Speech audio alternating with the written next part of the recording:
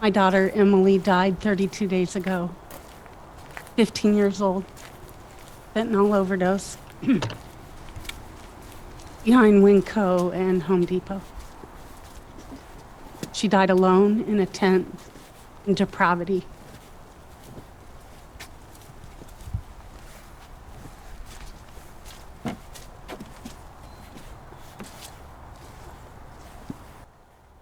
Yeah, so we're at the encampment behind Winco in Bellingham, one of the many Western Washington encampments.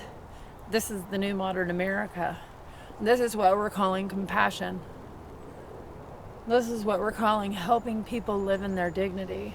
I don't see anything dignified about what we're doing, and it's not just in Western Washington, it's all across our entire nation. We can take a look at what dignified living for people that are under the influence of drugs. And the interesting thing about Bellingham is that there aren't many opportunities for people to be separated from their circumstances. They have a small jail. The jail isn't able to accommodate as many people that need to be accommodated. People aren't being rescued in this way.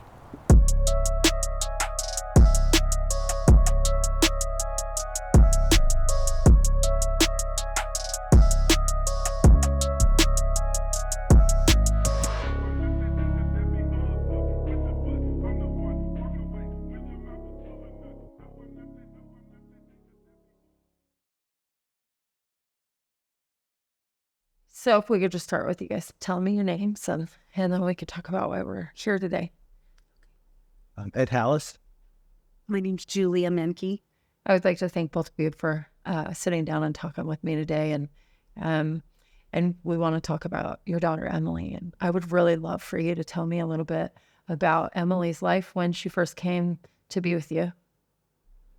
Well, she was a handful. We came into her life through foster care. Okay. And she was 4 years old at the time. And yeah, she was a challenge, but she always had spirit and yeah, always an adventure. And yeah, she was a beautiful little girl.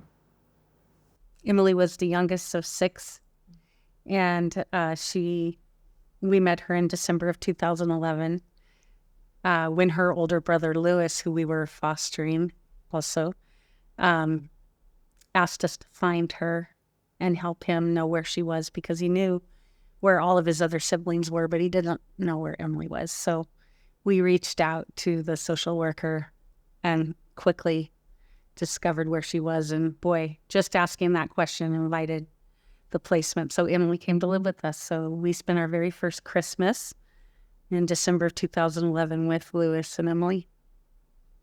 That's pretty beautiful that you guys went out of your way to find her.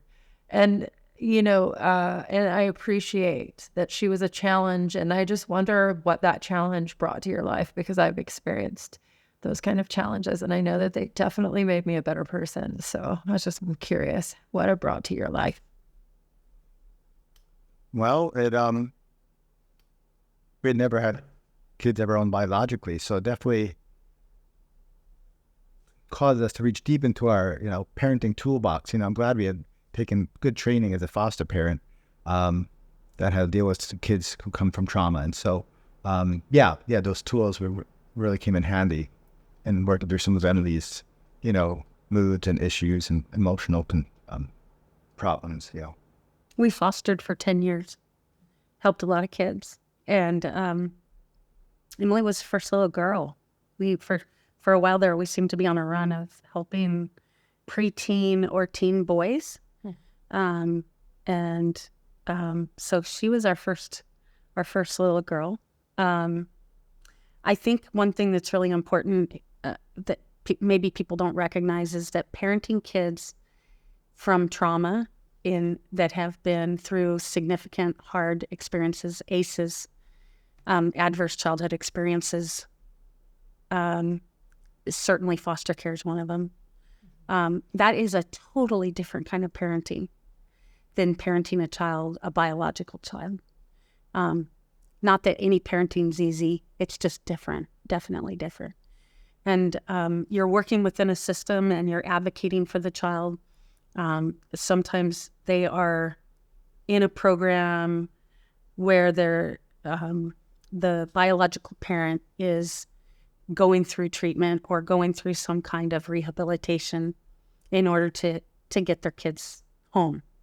And so, for many, many years of Emily's care with us, the state was actively working with the family to try to help her get better and have all of her kids come home. When did you know that you were going to, or at least wanted to adopt Emily? Well, Emily was in foster care for 6 years before she received permanency with us. She was adopted by her choice on her 10th birthday. And from the point she came into care to the point that she was adopted was 6 years. We probably knew, I don't know, 12 to 18 months prior to that, that was the path that we were going to be able to adopt her. And during that 6 years, did she have contact with her biological parents? Yeah, she had active, regular visitation. Okay, and did that have any kind of impact on her life? Did you ever notice like patterns when she would go for visits or anything like that? Yeah, well, certainly visitation's hard. It's challenging for everybody involved, the bio parent, the children, the foster parent, the visit supervisor. It's just difficult because it's like extremes, and there's so much holding on to this hope that, maybe everybody could get better. And, sometimes it doesn't work out. Yeah, and if you recall, Julie, the biological mom lost her parental rights by the court, but then she had an opportunity to challenge that. So there was an appeal. And so that kind of extended Emily's time in this, I guess it's maybe some sort of limbo where she was a foster child, for that many years. We would have adopted her sooner, but because the appeals process, and then it was another 3 years probably before we finally got to adopt her. So I'm sure it had an effect on Emily in some ways. I think a good metaphor would be it probably felt like a tug of war. This constant limbo stasis of trying to get permanency, but I can't quite get there, and watching the younger sibling get permanency and waiting. And then on the other side of that, feeling like you're not sure that you really want that in the first place because you really kind of were hoping you could go home. Yeah. Right? And then the other aspect of it is the later tug of war that maybe a child feels when they have always felt like they belong to their native family. But now they have this other family that's the one that's been caring for them all along and providing the structure and the routine and the safety. And so then that's confusing, right? Because I feel like I belong over here, but this is where I am and this is pretty good, right? And so it is a real tug of war, a psychological tug of war on a child to be in that position. And I don't think every child comes through that faring well. Did she ever talk to you about that, her feelings surrounding sort of the struggle between families for herself psychologically? I think it was hard for Emily to get down to that level of feeling, right? It was confusing. Yeah. And when you're emotionally not developed enough and you don't really know what you're feeling and you don't have words for it. Yeah. But you have these big feelings, really big feelings, and you just really don't have any expression for them. One thing that helped Emily a lot was she was really, really good at soccer. And she played soccer from 4 years old all the way till she was 15, 14, year round. And she got all the way up to Rangers level soccer, which was a huge source of pride for her. And it was also an outlet to a healthy way to express that angst, right? I can run it off. I can be out on the field. I belong. I can be competitive. I can show my leadership. It's a beautiful, beautiful way for kids to heal, I feel, after fostering all those years and helping kids, is that a chance to be an athlete and a chance to belong to a team, which is often something that kids don't experience when they come from foster setting, where they've been in a home where that kind of chaos level, they don't get to be a part of a sport.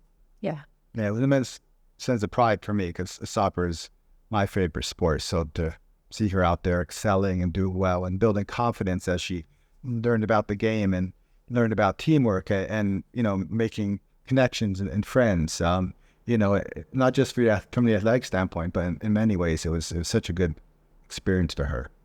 Yeah. And we're really optimistic that it would help her through a lot of her struggles.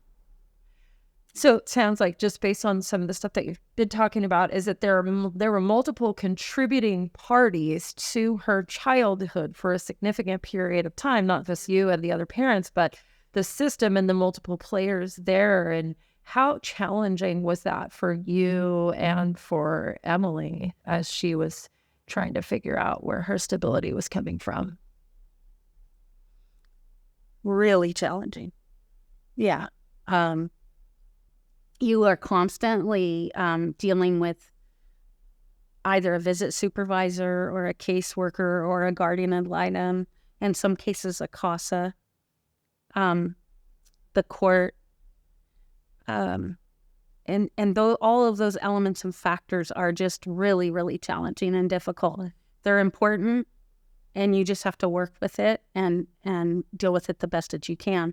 And then on top of that, you have mental health workers, you have counselors, maybe you have psychiatric, maybe you have medical doctors, you have school personnel, you have counselors at school, you have... That's a lot of personalities. So do all of these personalities work together? Do they work with you as foster parents to try to create the best possible path for the child? Or do you find that a lot of those components are kind of siloed? Or that you get silenced in that process?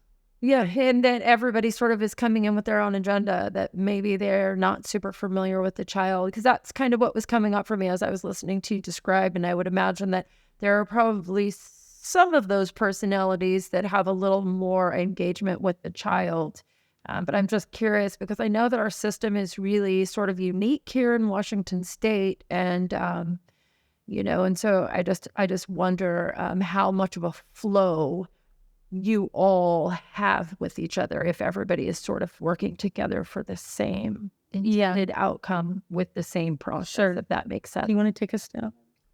Well, I know one of the harder aspects is, having to work and sometimes communicate with the biological family, especially maybe the biological mom who might not agree with a decision we make or something we do, or just the fact that, they think that, we're the bad guys because we took, their child away from them, and so there's not always that feeling of support or good communication with those biological family.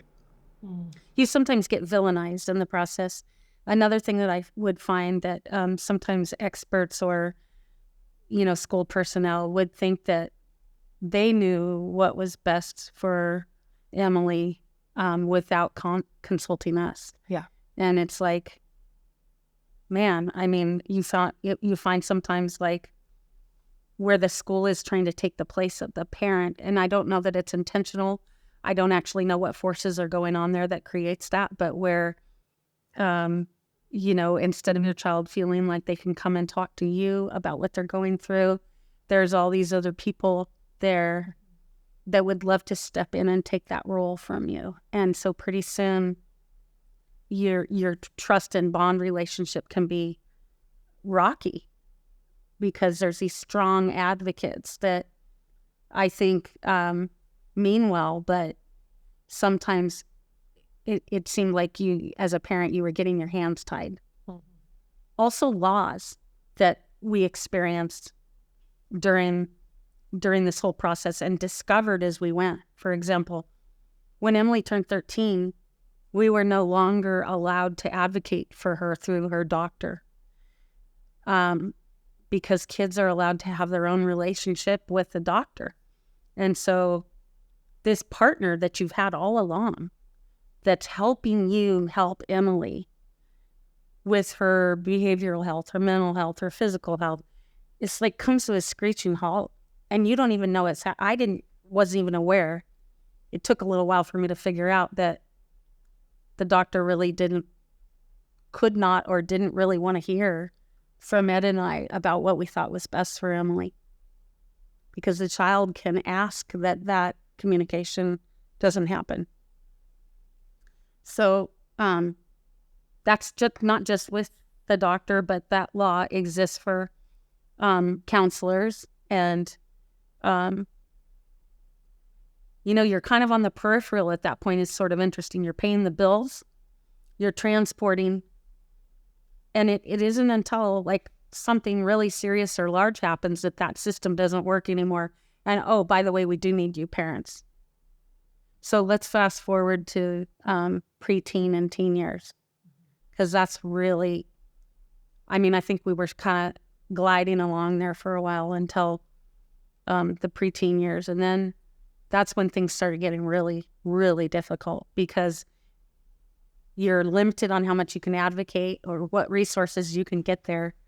And then you have limited, I don't even know how to describe it. It's just like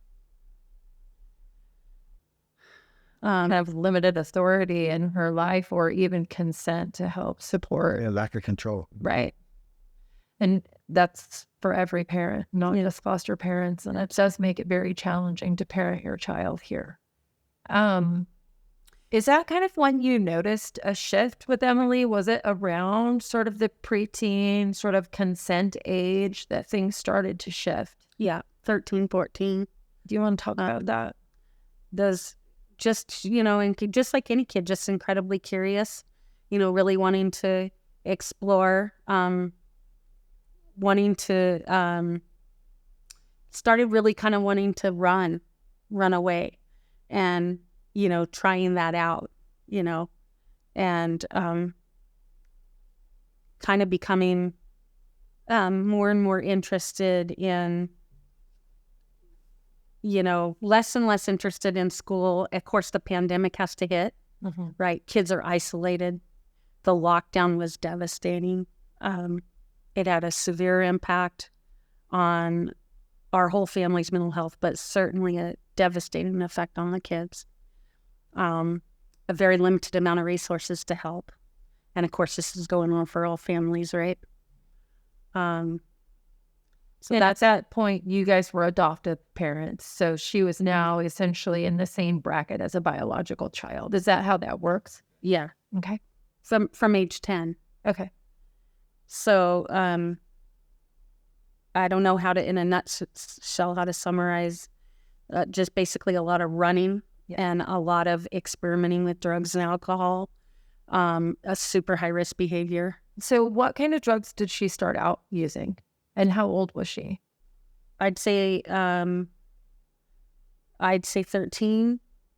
She started trying vaping, weed, and 14 she was getting into alcohol.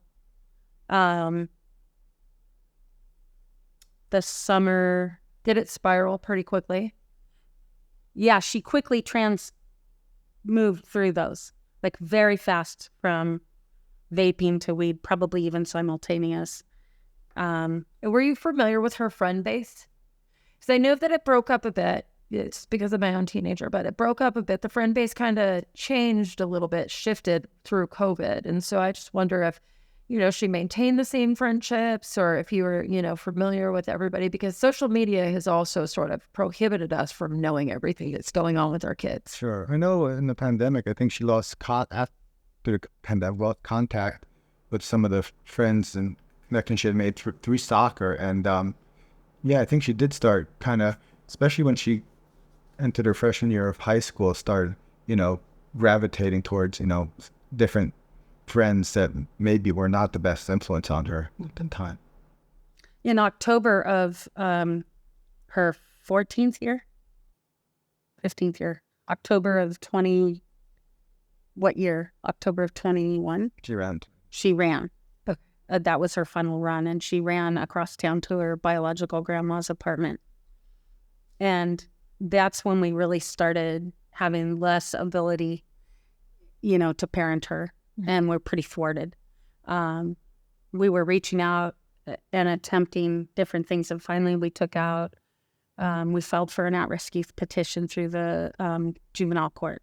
What kind of had taken place right before that? So I'm guessing there was sort of an increase in behavior that contributed to her running. And so, if other parents are watching this and they want to be able to identify any of, those potential, target behaviors, what was kind of going on with Emily a little bit, like, when she made it into her freshman year and things started to really change with her? What that you guys really noticed? She was just very volatile. There was really tough to carry on a conversation. She would go into flight or fight. I mean, she wanted to run, and she wanted to be completely independent. She didn't want any parenting. She was really strong-willed, and and she wanted to also, she had a real curiosity about her biological family. She really wanted to meet and see them, her mom, her grandma, her siblings. She wanted to have that in her life, that aspect in her life. And so, and there wasn't any way for Emily, in Emily's mind, there was no way to satisfy that, but to run. And so that's what she did. And so we had very little ability during that time, calling law enforcement and asking for help and filing a missing persons was pretty ineffectual. Yeah. So how did they respond when you did call? Well, early on, before she made that final run, remember there were times where she would take off and they would pick her up, right, Julie? Once in a while. Yeah. Early on, before law enforcement's hands were tied and they were overwhelmed, they would still try. Like, once in a while they would meet us and they would actually negotiate with her. They would talk to her and either bring her home. Well, I don't know if they ever brought her home. We would be there, right? And they would convince her to come home. But that ended, and pretty soon there was just nothing they could do. They were so overwhelmed that they couldn't even answer calls or deal with misdemeanors or any minor. I mean, it became pretty apparent that we weren't going to get any help there. Yeah. Do you guys know, and this is sort of off topic, but did the police force decrease here between 20 and 2023? I believe we lost quite a few. Okay. Yeah. Not sure of the numbers, but we definitely. I think some of it during COVID, some of it during the requirement for law enforcement to have immunizations, some of it just the pressure. Sure. Yeah, things really increased for law enforcement. So, and then also just a lack of support for law enforcement and the unsafety, not enough support for law, and the unsafety paired with unsafety for them to do their job. I think all of those things were a huge impact. And then I'm just curious if you guys have paid attention, because you seem to be pretty hip to what's happening around the state for sure. Did any laws and ordinances change here as they were changing in other areas of the state with the decriminalizing things? Well, yeah. I mean, I think pretty much Bellingham followed the Blake decision, and that was 2020. Yeah, I think so. And that was basically limiting possession laws, right? And so people could, was decriminalizing class 1 drugs. So people could have really dangerous substances and there's nothing that could be done about it. And it just felt like a long period of lawlessness and unsafety. And who do you think are the biggest victims to these decisions and policy changes and lawlessness? Of course, what I'm going to say here is that I'm really afraid for kids. I'm afraid for the youth in our community and all communities across the U.S. because fentanyl is a game changer drug. I mean, it's an opiate that is lethal, and it's like Russian roulette. We don't get to know which hit is going to be the killer hit, because it's not pharmaceutical in its distribution. It's coming off the street, and it's not about knowing your limits. And there's no barriers, there's no social or economic barriers. Doesn't matter. It's like Fentanyl doesn't discriminate, does it? no. Yeah. No, it doesn't. And it's so highly addictive that Emily described it as the first time she tried it. She was just hanging out with a group of friends and tried it. And she said, from that moment, I felt like I wanted to do it again, and I wanted to find it. And I would describe that as addiction. So, and then as soon as I'm finished asking you this question, then we can go back to when she went to Grandma's. Before Emily went to Grandma's, were you aware as to whether she had tried fentanyl yet or not?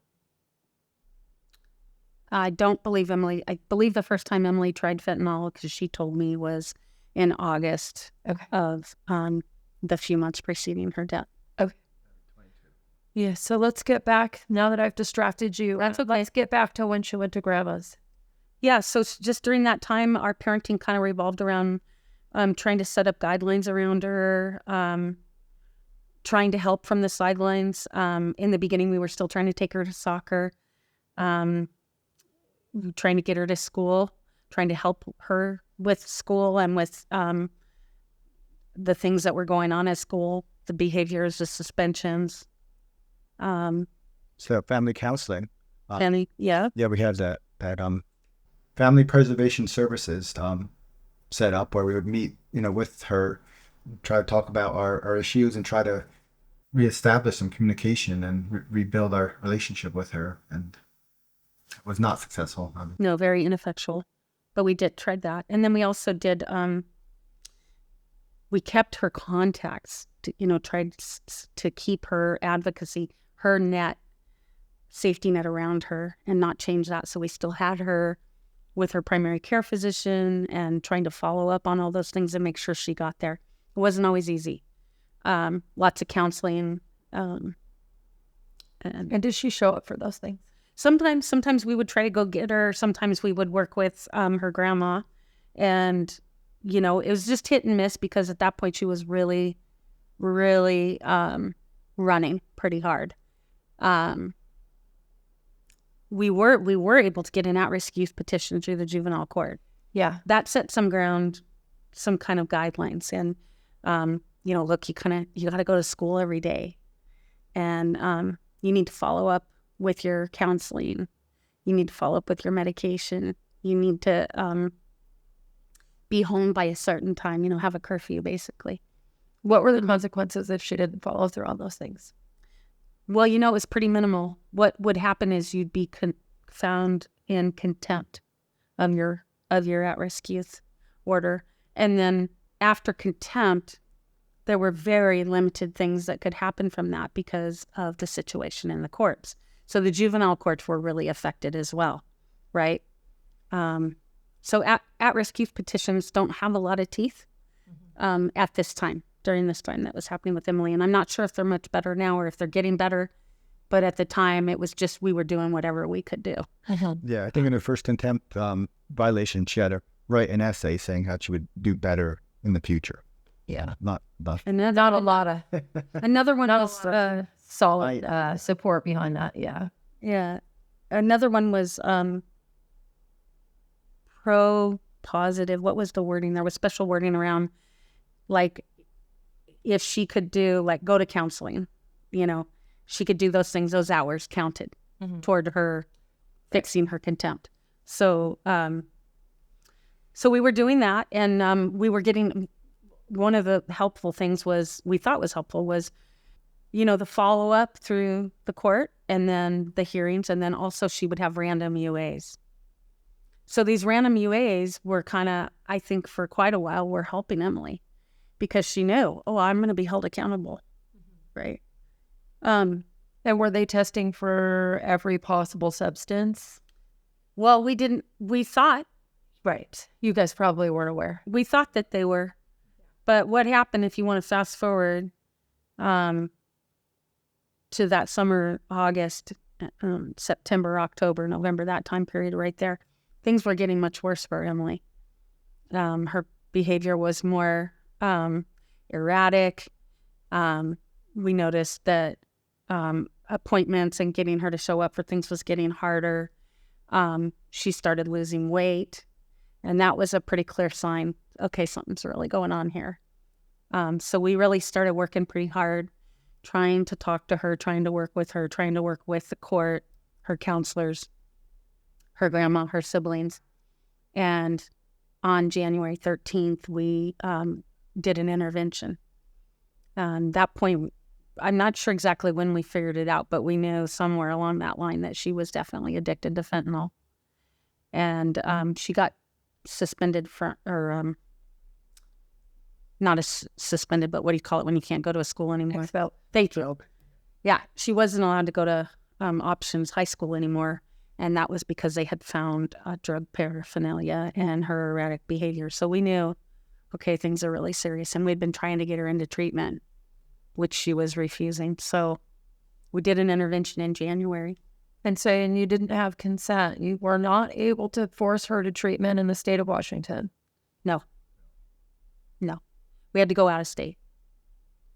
Yeah, the age of consent in California is 18. We worked with our insurance company, got them on board. They understood. They did interviews with her, and we had enough private funds to be able to have her go out of state for treatment to a facility. How'd you convince her to do that? She wasn't willing to go to treatment. We had to intervene. Okay. And hire transportation and have her taken there. And it was a pretty serious and scary detox for her. Do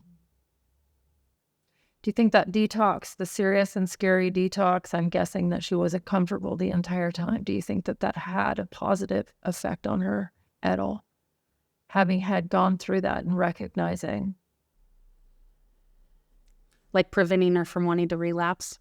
Yeah, at least for a period of time. I don't know. I think it was scary, and I think it was terrifying, but then I think her anxiety started to build back up, and the fentanyl cravings are pretty powerful. She was also, there was a bunch of other things that happened. I mean, she didn't make it very long in treatment. She was discharged, then she relapsed, and then she went into the hospital, then she relapsed again. So we're a lot of ground to cover there, but I will say that she was part of a medicated treatment program through CMAR that uses Suboxone. And I felt like that was a possible, like that she was going to have, if anything, this was going to help her, right? Suboxone with outpatient treatment. But it just wasn't enough, and it wasn't fast enough, I think, in the end, is what we're realizing. So what Emily really needed was inpatient treatment. Long-term inpatient treatment that was locked. Because whenever she felt anxious or got cravings or got scared, of course, the first thing she would want to run. And so she really needed a real wraparound of services that just don't exist. And we tried to create our own, recognizing what she needed and trying to use whatever we could get to try to help her, but it wasn't enough. And so Emily died on March 8th, 32 days ago. And the reason why I'm telling Emily's story is because I think it's really important for parents to understand how lethal fentanyl and opiate addiction is, and how dangerous it is in our community, how it has infiltrated our community into a system that has parents and kids isolated, where social media is the message and the platform and the story for kids to get their drugs. And parents have no idea how powerful it is, and that kids can go on to Snapchat and Instagram and find themselves a dealer that they call a plug, and they can get these drugs delivered. And the parents don't even know that it's going on. And What would a parent do anyhow in the state of Washington? It sounds like they have limited ability to actually intervene. I think the very first thing right away that would be good for parents to do is to start talking and to go immediately straight to a pharmacy or a health department and get a life-saving device called Narcan, or the other name for it is naloxone. Yeah. And have that on hand in your car, in your purse, on your backpack, all over, like you would an EpiPen or a heart defibrillator, because this is a life-saving device. And it won't hurt the person that you give the naloxone to if they are passed out drunk, or if it's another substance and you use naloxone, it's not going to hurt them. But if they are OD'd on an opiate and you've gotten there in time, it blocks all the opiate receptors in the brain and brings, it's a life-saving drug that will bring back their breath and their heart rate. And I think every parent needs to have that and understand how to use it. I think parents and all of our school staff, our bus drivers, our camp providers, anybody that works with kids needs to be trained. They need to understand what opiate addiction is, what it looks like, what the symptoms are, the behaviors. They need to be paying attention to their kids' behaviors. They need to be a part of their social media and fight for their kids' lives. Yeah, I would add that just having an open, honest relationship with your kids is really important. But of course, that's easier said than done. And the kids, today don't always. It's not cool to be, buddies with your parents, But I mean, having that communication and trust, if you get at least some of that, I think that's half the battle. Try to get them on the right path where they need to be. The other thing I wanted to say is I think that fentanyl addiction is in this community right now is at a crisis level. We need an emergency response. We need to break through the complacency and the apathy of seeing open drug use in our community, the lack of public safety. And are you seeing this a lot? Oh my goodness. Emily died by herself in a tent behind a grocery store in Bellingham. So while grandma can go in and buy milk, the child could run behind the store and score the lethal dose of fentanyl for $3 to $5. So if it's that accessible, we have a major problem in our community. We need safety around public spaces. We need to know that we are all part of a community that we can advocate for safety. And that instead of being afraid of addiction, because I think fear breeds hatred. And that's a problem. That's a polarizing, serious problem to have hatred, because it stops the conversation and it stops making things better. I think we need to embrace this as part of us and to work on it together. And that means we have to care about all the resources that are going to be necessary to help people come back from this. That means we need to protect our law enforcement and support our law enforcement. It's really dangerous for first responders to be around fentanyl. We need to have resources and services available to them and places for people to go. We need treatment. We need medical treatment and incarceration, not just incarceration. It won't work, right? We need it all. And we all need to start working on it instead of being afraid. And, you park your car, your window gets smashed in, your stuff gets stolen, and you think, what's this town coming to? Well, do something about it, right? Where do you think things are lacking in your community right now? Well, we don't have any mental health services and haven't for a long time. And behind that, we have a very limited ability with our law enforcement and with our diversion programs. We have just a few things in place. We need to expand upon those. we've been trying to put it on the ballot for some time to build a new jail that will have, be a more state-of-the-art facility that can address some of this addiction. We need resources for all the different levels of mental health that are impacted by fentanyl. Obviously, housing. Yeah. Yeah, I would say just a better plan in dealing with homelessness.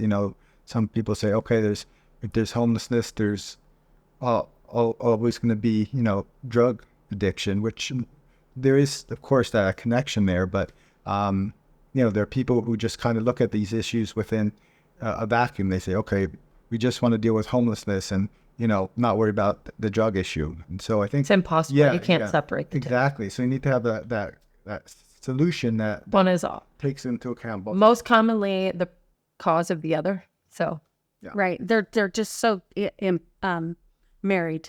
they are. Yeah. Well, I want to say that I'm very sorry for your loss, and I want to thank you so much.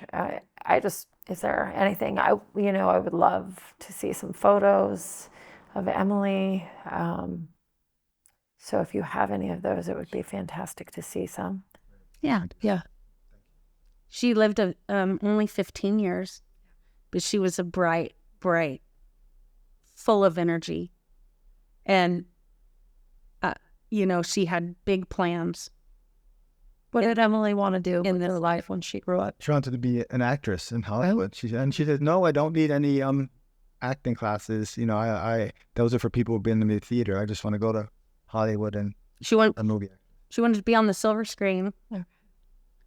And, of course, she loved, as a kid, she loved all the things that kids love. And she loved being an athlete. She wanted to go back to soccer. She loved her relationships with her siblings. And she had 6 siblings in all. And so as she got older, she was able to have relationships with all of them. Well, she always did have relationships because we kept her connected. But she also had Nico in our life the whole time. And they were the same age they were 4 together when they met. So our heart goes out to all the siblings because that's a huge, huge gouge to the soul to lose. Yes, especially that young. Yeah, and they don't have some of the coping tools that we have as we get older. So, yeah, it's good. Thank you for all that you do, and thank you for helping to spread the word about how we can be a part of solving the problem. Yeah, I think that we have to address the problem from the top and the bottom at the same time, but it has to be very intentional.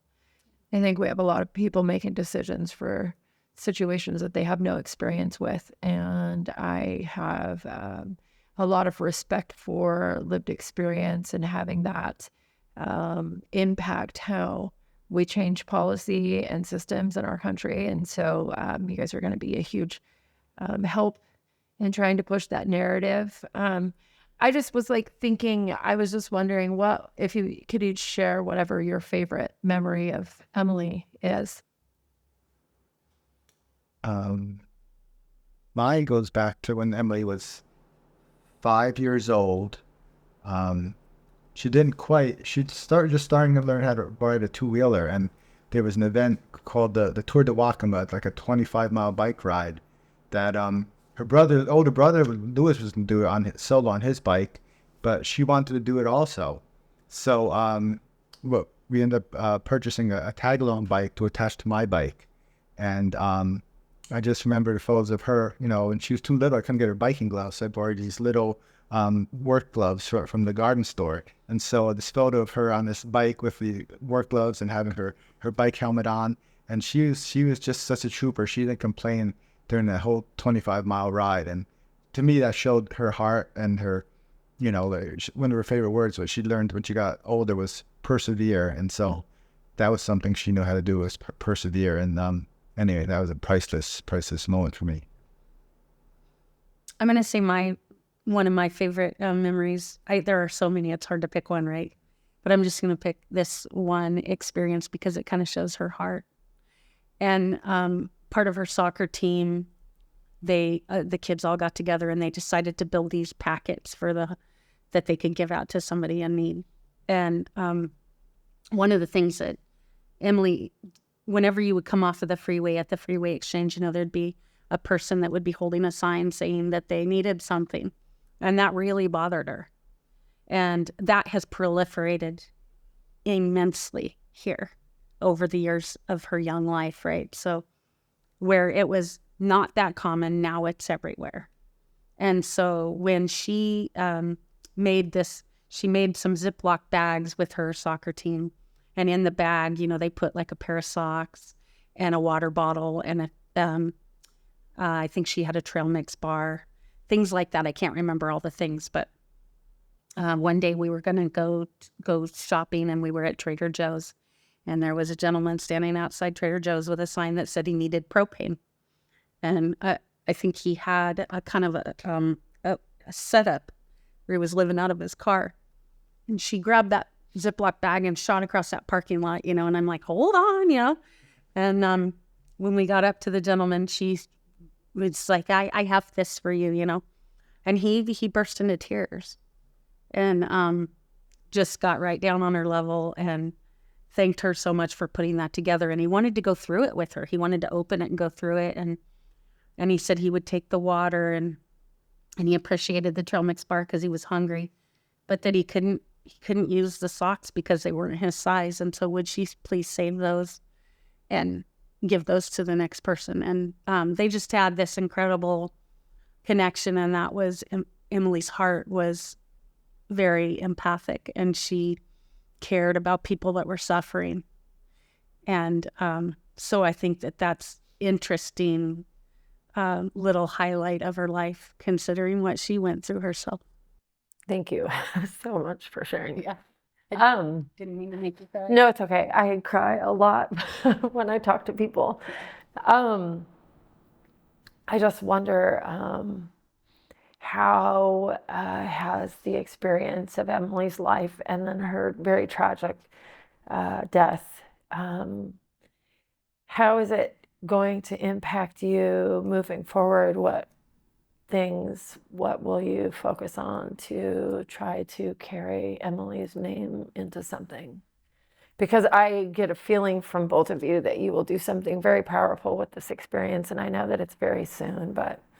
Yeah, I think just, beginning the conversation about what we can do to make things safer in this city and in this county, to bring up more awareness. It's not just in other places where kids are dying. Here in Bellingham, Washington, kids are passing away from this scourge that's descended upon this county. And so, we can get the word out there and even save one life that they could, give us, it doesn't bring Emily back, but it makes something good out of something bad. Yeah.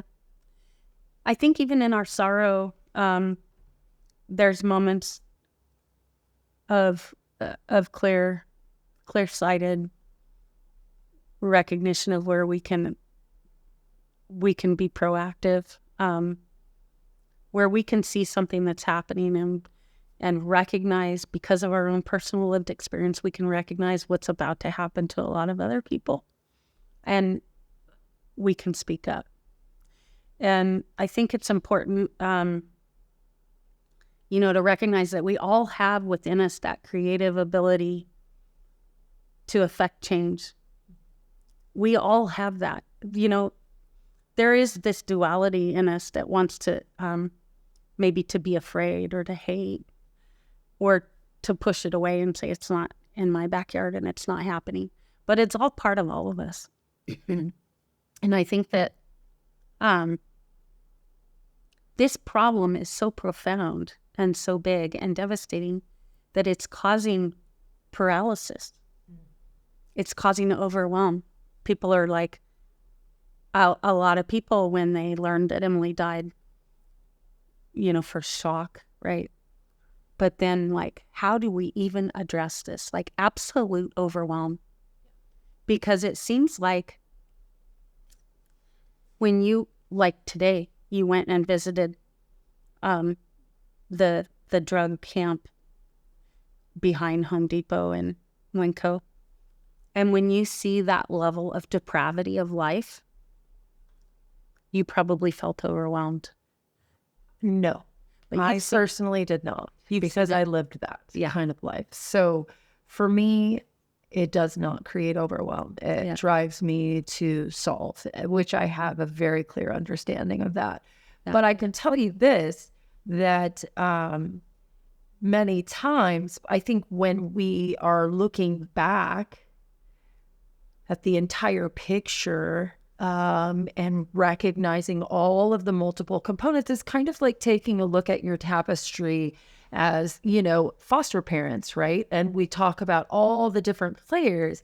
And when you step back and you look at the entire picture, it's like, well, where does a person start, right? If the focus is to help the child, but you're looking at all the components, I think it can be challenging. But for me personally, and this is one of the reasons why I'm attacking the problem in the way that I am, is because I am a product of the problem, and I have been able to address it in my own life and to support other people, and I understand where the changes have come, where those changes originated from, who is making those changes, and where those problems exist, where the gaps are and where the benefits are. And so for me, I kind of have an awareness, but for a person who hasn't lived that and hasn't had to overcome that, that's where we find the challenges. And I think that that's what we're experiencing with our policy system, with our top-down approach to the majority of the contributing factors to all of these arenas, if that makes sense. And so, and which is why I'm doing my best to have conversations with so many different people about this, because we are losing very precious lives as a result of, not coming together to address these problems from the lived experience perspective. Yeah. I think when you talk to lay people who don't understand addiction, or their life has not been touched by it, You wouldn't even know how to address it. they do feel overwhelmed, For sure. because they're seeing a loss of a quality of life Sure. going on in their community, and places they can't go anymore, trails they can't walk, trailheads they can't park their car at, places they can't shop anymore, this kind of thing. And I think, how can anybody from any level of experience come to the table and help solve this problem? And that's kind of what I've been thinking about in my mind lately. Like, I reached out,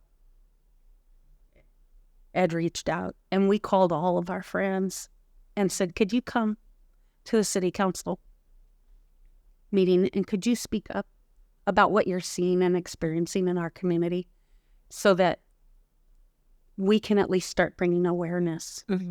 Start there.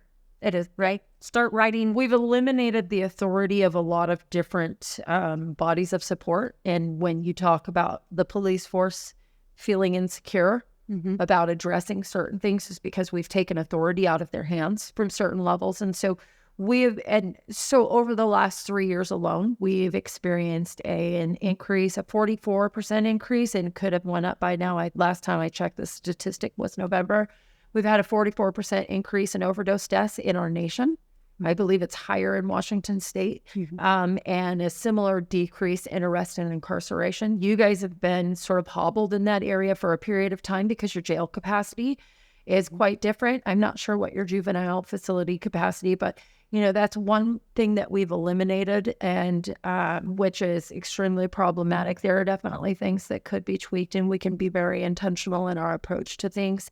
But yeah, when you stand back and look at the problem, and I obsess about the problem because the problem has been my entire life. And so, and I literally spend 24 hours a day thinking about the problem, mapping out the solution, and pushing my way into different areas to try to change it from different perspectives. And so, and that's why I need other people and other voices, because I'm only one person. And I think it's important to let people know what they can do. Absolutely. At a basic level, have Narcan, understand opioid addiction, talk to your community and the local people around you. If your heart is in it for protecting youth, get there, get to the the arena, get to the table. And I think And you're very right. Bring your synergy. Contact your council members, contact your representatives, contact your local legislators, and report to them what you're seeing in your community, because that's what pushes the envelope for our lawmakers and our policymakers to actually have to take action against it. Yeah. Sure. It's very timely in this county where we're having a discussion about building a new jail, and, there might be a ballot later this fall, and we're not sure what that's going to look like. People, there's this group that says, oh, we don't need more jail space. We need more space for treatment. Then this other group of the population says, no, we just need more jail space to lock everybody up. So they need to be actually combined. Exactly. It's what you need. You need to have intentional space where people can be separated from the destructive path, where the relationship with chemicals is severed, and then intentional services are implemented, not to perpetuate a dependency relationship, but to perpetuate identifying through assessment where people's deficits exist, and bringing in intentional education in each of those areas of deficit with support to help individuals. And as much as, I have worked with clinical staff and things like that, there's a very important voice that's missing from these arenas, and those are voices of people who have actually overcome those challenges. And we're looking at people inappropriately as experts. Those are my experiences and opinions. There are other experts that have overcome a lot of those challenges, and we need to influence systems to be intentional through that process. Okay. Yeah. Because I believe that Emily, along with so many others, could still be alive today if we had the capability to place them in a situation where they could not harm themselves. Because when we allow our community members to go into different areas in our communities and use drugs and do things that cause harm to their own person, then they're at risk. And it's our responsibility as a society to make sure we're taking care of those people. I just wanted to bring up something that happened this last week that I think is a good example of what you're talking about. We have a public pool here in town called Arnihana Aquatic Center. And the showers at the Aquatic Center have been available for people to use in the community that don't have a shower. But in the past, that might have been something that was safe, but it's not anymore. Because now, with fentanyl and opiate addiction, you're pairing an addict and a lethal drug around a child-centric place. And so this last week, we had an OD at inside of the pool facility in the bathroom.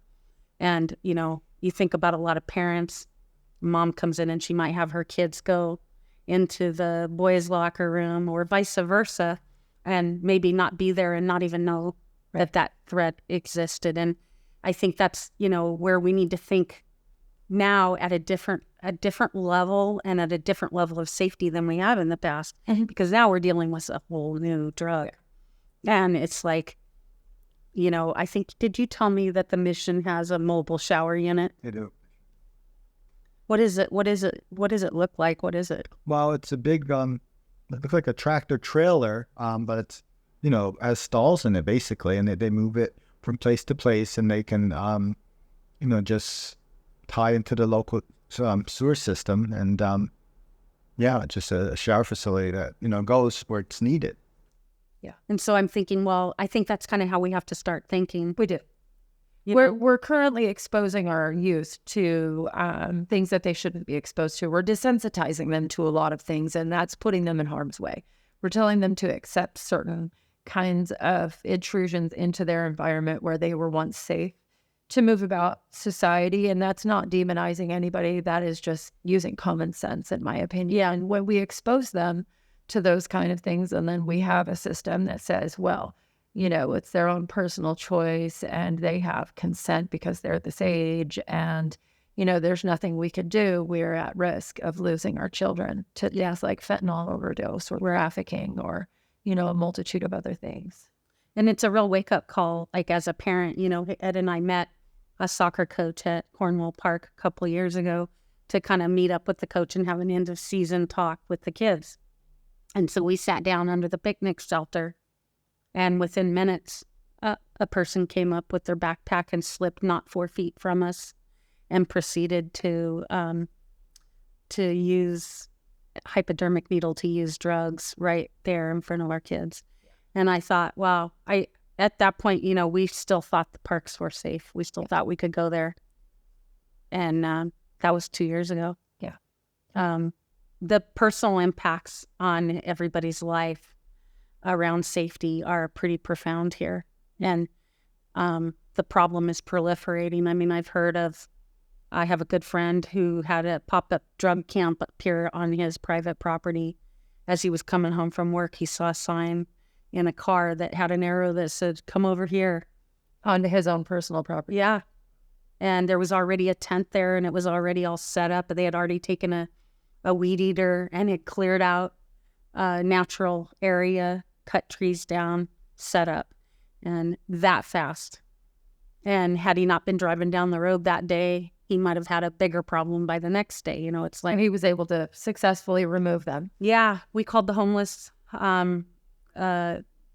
support. There's a number you can call, and they came out and checked, and eventually got it cleared and got the car towed, and dealt with it. But I mean, it's fast. Yeah.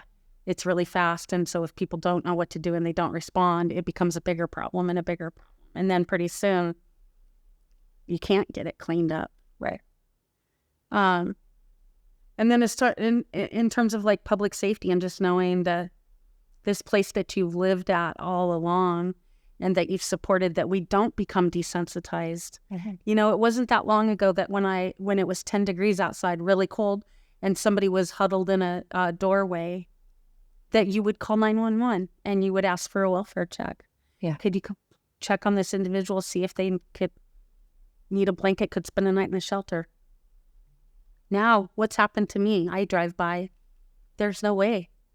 There's no one to call. Yeah. There's too many people. Too many of them, and Too not many enough people that space. need help. Not enough people to call. Nowhere for them to go. Yeah. It's like, I think we're all at risk of becoming desensitized. Yeah. So, yeah, it'd be nice to be part of the solution. Well, I think that you are. Thank you. And I'm really sorry for both of your loss.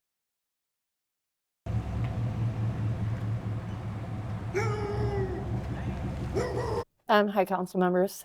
Thank you so much for allowing me to share with you. My name is Virginia Burton. I'm a recovering drug addict. I spent about 28 years in drug addiction. I've had 3 separate terms in the Washington State Department of Corrections. I have 17 felony convictions. If it weren't for incarceration and diversion following incarceration, I wouldn't be standing here today. So I've been clean and sober for 10 years and 5 months. I've created programs to help to intentionalize incarceration because much like Skip was sharing, incarceration does have the ability to abruptly interrupt a person's circumstances, to remove them from their destructive choices, and then to implement intentional services.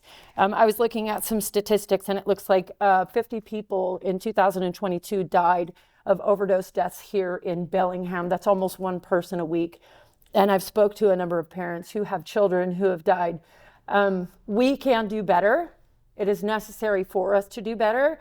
And separation is where that begins. I worked in social services for a long time afterwards. And the reason that I made the decision to take the turn that I did and work on the policy matters that I'm working on are because I was not serving at my highest capacity. I was serving my own people, and I was not actually helping them. I was exacerbating the problem by putting Band-Aids on gaping wounds and not addressing the underlying causes, and that's what we're doing as a system. It's really necessary that we engage with lived experience, not just people in the throes of their circumstances, but people who have overcome those circumstances in order to influence policy change. It is absolutely necessary. We do not have to lose children or people, period, at the rate that we are. We can be intentional. We can address these things when we have a person separated. Thank you so much for letting me share. Thank you for listening. My name is Julia Menke. My daughter Emily died 32 days ago, 15 years old, fentanyl overdose behind Winco and Home Depot. She died alone in a tent in depravity. I'm requesting that the council consider us in a fentanyl crisis.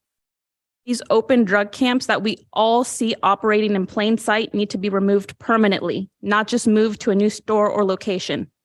We all have a right to feel safe in our community. No parent, grandparent, or sibling should have to experience the excruciating pain of seeing their loved one, who was only a child, lifeless and cold in a casket, never having reached the ages of 16, 17, 18 years old because of a drug issue that should have been resolved a long time ago.